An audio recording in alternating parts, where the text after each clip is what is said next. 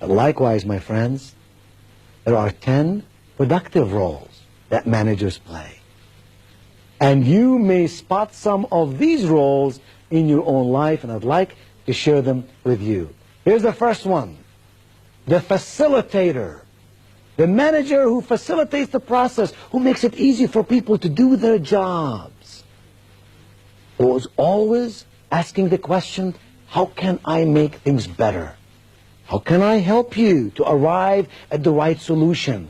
What are some of the elements that are keeping you or your department or your team from accomplishing the mission at hand? They facilitate the process, and in so doing make everybody feel good and powerful and strong. And people play well with the facilitator. Here's a second very positive role that managers play. It's called the enabler. This is the manager who teaches people how and why, not just what. This is the manager who takes a little extra time to say, I care about you, and I want you to know why we are doing it this way. And so next time when you cross this bridge, you will know for yourself some of the ideas that went into the making of this decision. This is the manager that grows people instead of simply uses people. The third productive role that managers play is called the empowerer. This is the manager that generates enthusiasm, helps people discover better ways to do their tasks and their responsibilities. Empowers them, gives them the authority, and when they make a mistake, does not clobber them, but says, it's okay, we all have to learn somehow. This is the manager who says, if you take risk out of life, you take opportunity out of life. As long as it's calculated risk, as long as you think through it carefully before you do it, go for it and make it happen. That brings us to the fourth role that managers play productively, and that's called the guide. This is the manager who sets a good example, leads people to peak performance, and does so by his or her own behavior. These are the managers who don't say, do as I say, but rather say, yes, indeed, do as I do. They're the guide. They show us the way, and they lead us to prosperity and success. The fifth role is called the encourager. This is the manager who helps people believe in themselves, lifts people when they feel down, but without assuming the responsibility for their problems. Do you know the manager I'm talking about? The individual who lifts you up and makes you feel very special and moves you along the way to success, but does not necessarily do the job for you, does not necessarily assume all your responsibilities, rather just helps you to do them well.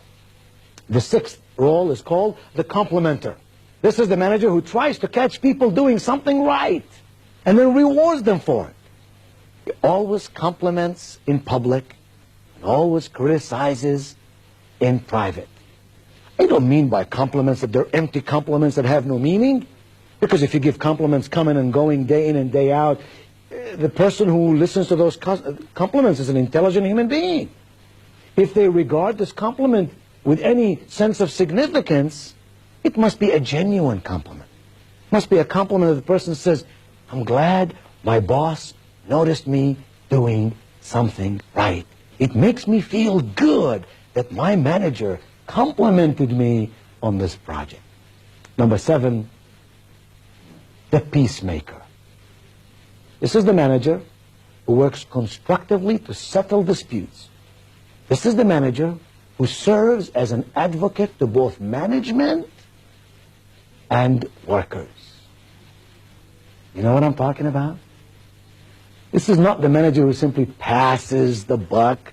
This is the manager who says, management is here, employees are here. How can I build between those two a partnership for profit? How can I bring those two to understand each other, to work with each other? How can I build an understanding in management for the needs of employees and in employees for the needs of management? That kind of manager, my friend, is a magnificent person. Company person, but also a people person. And then the eighth productive role that managers play is called the communicator. Can you think of anything more important in human relationships than your ability and my ability to communicate effectively with each other? To speak in a way that people understand? To listen to people in a way that they know we care? To observe what's going on around us and about us in a way that we can catch facts and figures so we can do our job better? Communication ultimately is at the very heart of all we do. We're not machines, we're persons, and persons must communicate.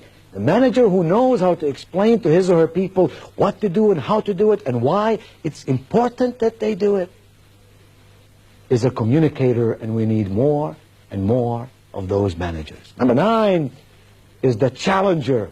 This is the manager who shows people their potential without highlighting their failures. This is the manager who rewards people for their progress. Fair, yes. Accurate, yes. Does not give away anything that doesn't need to be given away, but is always tuned in to what's going with the people and how they can go to higher degrees of peak performance. And finally, the 10th productive role that managers play is called the evaluator.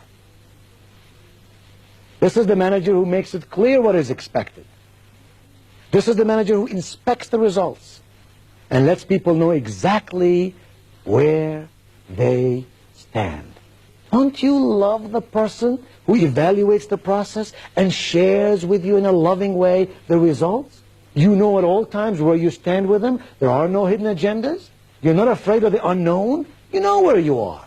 And when you do something well, they reward you. And when you don't do something well, they tell you how you can do it better the next time.